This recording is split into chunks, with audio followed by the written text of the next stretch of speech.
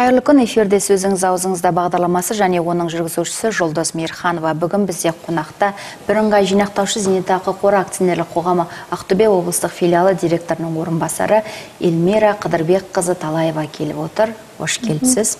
Сізге қояр алғашқы сауалым бүгін сіздердің мекемелеріңіздің ұйымдастыруымен ашық есік күні өтті.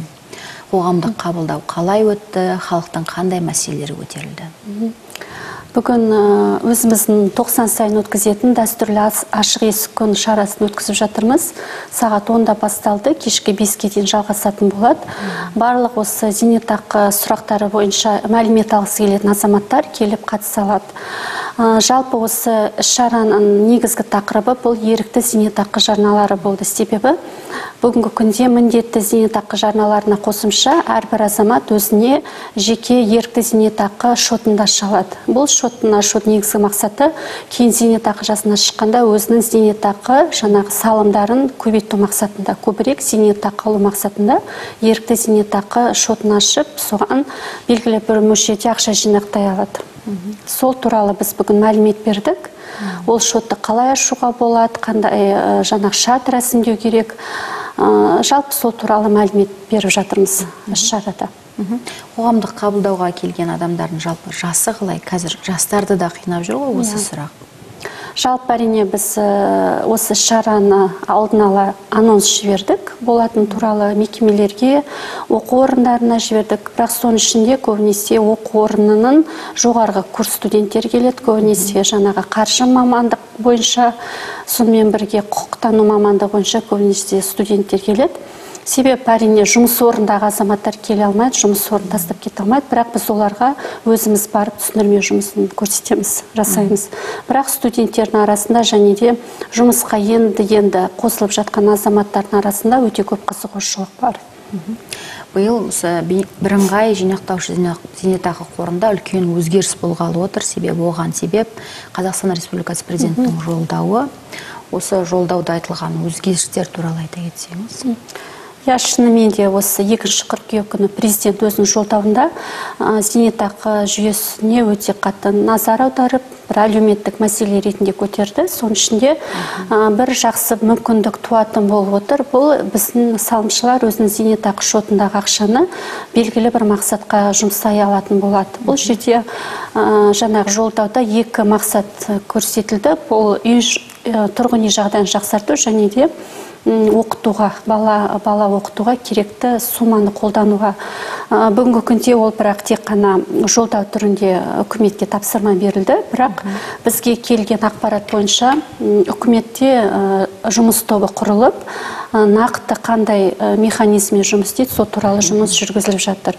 Сонымен бірге біз күтіп отырмыз, жылдың соңына дейін нақты шешім шығарылып, заңға керекті өзгерістер кіргізіліп, осы мүмкіндікті біздің салымшылар қолдана алатын болады. Бұл жылдың соңында белгілі болады. Яғни тек осы 2 мақсатта ғана да әзірге? Әзірге жолда бойынша осы тек қана 2 мақсат көрсетілді. Бірақ алдымыздағы жаңағы жұмыс тобының жұмысына сәйкес мүмкін бір өзгерістер болуы мүмкін. Ол туралы біз бүгінгі күнде нақты айта алмаймыз. Бірақ бізге сондай мәлімет келген кезде әрине біз бұқаралық ақпарат құралдары арқылы және де өзіміздің қызмет көрсету орталықтарында түсіндірме жұмыстарын жүргіземіз. Рұқсат берілген жағдайда ал қандай да бір пайызы көрсетілмеген ба? Әзірше көрсетілмеген.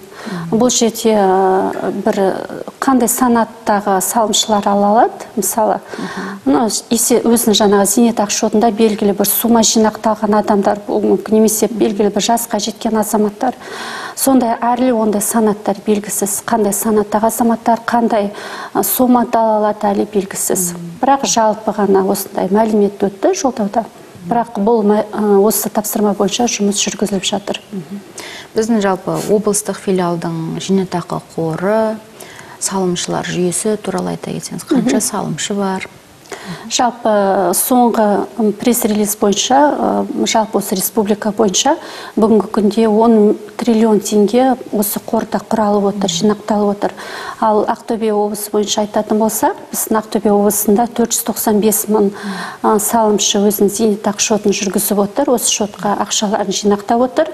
Жалпы жинақталған сума бүгінгі күнде 538 миллиард теңгені құрап отыр. Жинақталған суммалар. Бұл жерде тағы да айтып өтетін мәселе, бұл жинақтаған сомалар барлығы бірге жинақталмайды, әрбір адамның өзінің жеке шотында есептеледі. Мысалы, нақты әрбір азаматтың өзінің жеке деректемелеріне жаңағы жеке сәйкестендіру номеріне сәйкес бөлек есеп жүргізіліп отырады.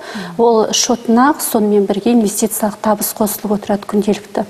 Тек қана азаматтардың өздерінің ғана жинақтаған ақшалар емес, үстіне жаңағы қосымша инвестициялық табыс қосылып, жинақтаған сома көбейіп отыратын болады. Қазір пенсия жасына шығу жасын айтасыз ба? Сосын шығып болғаннан кейін қалай жаңа қазір бөліп беру деген бар ғой, сол мәселе қалай жүргізіліп жатыр? Зейнетақы жасы өткен жылдың қаңтар айынан бастап өзгеріске ұшырады. Бұл жерде әйел азаматшалардың зейнетақы жасы өсетін болып бекітілді заң бойынша. 59 жасты құрайды бүгінгі күнде 2019 жылға салғанда, бірақ 2027 жылға дейін кезең-кезеңмен өсіп 63 жасты құрайтын болады. Жаңағы ер азаматтармен бірдей болатын болады әйел азаматшалардың жасы. Сонымен бірге зейнетақы төлемдерін алу кестесіне де өзгерістер кірді. Жаңағы өзіңіз айтқандай 2018-ге дейін бір жылдық соманы бірден алуға болатын еді, бірақ өзгерістерге сәйкес ондай жылдық соманы алу мүмкіндігі енді жоқ, тек қана ай сайын алып отыратын болады. Бұл жерде де заңға сәйкес өзгерістер болды ғой, сондай ай сайынғы кестемен алу керек деген. Бұл жерде не себепті болды деп айтатын болсақ, себебі зейнетақы төлемдері бұл бір депозит емес. Мысалы, депозиттен біз өз қаламыз бойынша шешіп аламыз, толықтай болсын, бөліп болсын. Ал зейнетақы төлемдері бұл адамдардың жаңағы зейнетақы жасына шыққаннан кейін күнделікті өмір сүру жаңағы мақсаттарына керек болғандықтан, оны азаматтар бірден шешіп алу мүмкіндігі әрине болмау керек. Себебі көбінесе азаматтар ол ақшаны бірден ұстап кетеді. Бұл жерде әрине екі түрлі пікір туды қоғамда. Кейбір азаматтар әрине бұған келіскен жоқ, себебі әркім өзінің жинақтаған салымдарын бірден бір отбасындағы бір шараға жұмсағысы келеді, оны біз әрине түсінеміз. Бірақ заң бойынша бекітілген жаңағы талаптарға сәйкес тек қана ай сайын алып отырады. Бұл жерде әрине өзінің артықшылықтары бар. Себебі бұл жерде бір жаңағы ай сайын түсіп отыратын біледі, жаңағы зейнетақы сомасы көбірек болады бұл жерде. Себебі зейнетақы қорынан төленетін зейнетақыдан бөлек базалық және солидарный пенсия деген бар, ол бізде бюджеттен төленетін. Сол үш көзден төленген: базовый пенсия, солидарный пенсия и жаңағы накопительный, біздің зейнетақы қорынан төленетін. Сол жерде жаңағы сол үш түрлі зейнетақы бірге қосылып ай сайын беріп отырады азаматтарға. Ай сайын болғанда сонда қанша жылға созылады ол? 79 жасқа дейін есептеледі. Кесте бойынша 79 жасқа дейін барлық жаңағы зейнетақы қорындағы төлемдер төленіп бітеді 79 жасқа дейін. Бірақ 79 жастан кейін бюджеттен төленетін сомалар, олар әрине бүкіл өмір бойы төленеді. Бюджеттен төленетін сомалар. Сонымен бірге бірден айтып кететін болсақ, егер де жаңағыда 79 жасқа жетпеген болған жағдайда азаматтар ол мұрагерлеріне толық төленеді. Өзінің мұрагерлік жаңағы заңнамаға сәйкес төленеді. Өздеріңізге де аян шығар, қазір әлеуметтік желіге түрлі қауесеттер тарап кетті. Зейнет жасы қысқару мүмкін деп. Сіздерге келіп жатқан адамдар бар ма, азаматтар болса, қандай да бір құлақтандыру болса? Әрине ондай директер болған кезде бізге адамдар келіп отырады. Көбінесе лақап директер болады, WhatsApp жаңағы желілерде болады, адамдар әрине келеді. Бірақ көбінесе жаңағы президенттің жолдауынан кейін бізге адамдар көптен келе бастады. Көбінесе азаматтар, мән беретін азаматтар бар, күнделікті жаңағы ұялы желіде, ұялы қосымша бар, содан бақылап отыратын азаматтар болады, ай сайын төленіп отырма зейнетақы жаңалары. Кейбір адамдар болады, мүлде мән бермейтін азаматтар болады. Бірақ жаңағыдай жолдауда айтылғаннан кейін бұл бір қоғамда бір серпіліс болды да. Әрине бізге адамдар көптеп келіп, өздерінің зейнетақы шоттарынан үзінді көшірме алып, бүгінгі күнде қанша жинақталды, сонда келіп мәліметтер алып жатыр азаматтар. Жаңа өзіңіз айта кеттіңіз, ұялы желі деп осы порталдар жұмысы туралы айтайықшы. бұл жерде азаматтар өздерінің зейнетақысында қаншама ақша жинақталды көріп отыру керек. Сонымен қоса өздерінше бақылау жүргізіп отыру керек. Себебі жұмыс берушілер ай сайын ай өткеннен кейін 25-не дейін зейнетақы жарналарын түсіріп отыру керек. Себебі зейнетақы жарналарының уақытылы түсуі кейін зейнетақы төлемдерін тағайындауда өзінің әсерін тигізеді. Себебі еңбек стажы, еңбек өтілі есептелген кезде тек қана зейнетақы жарналары түскен айлар ғана есептеледі. Сол себепті азаматтар бақылап отыру керек жарналарын. Сол жерде ең жаңағы бүгінгі күнде оңай болу үшін жаңағы тек офиске келіп немесе почта арқылы алмай, өзінің бірден смартфонына ұялы қосымшаны жүктеп, НПФ деген ұялы қосымшаны жүктеп, сол жерден ай сайын қарап отыруына болады. Қандай инвестициялық табыс қосылып отыр, жаңағы доходностьін тексеріп отыра алады өзінің шотындағы ақшалардың.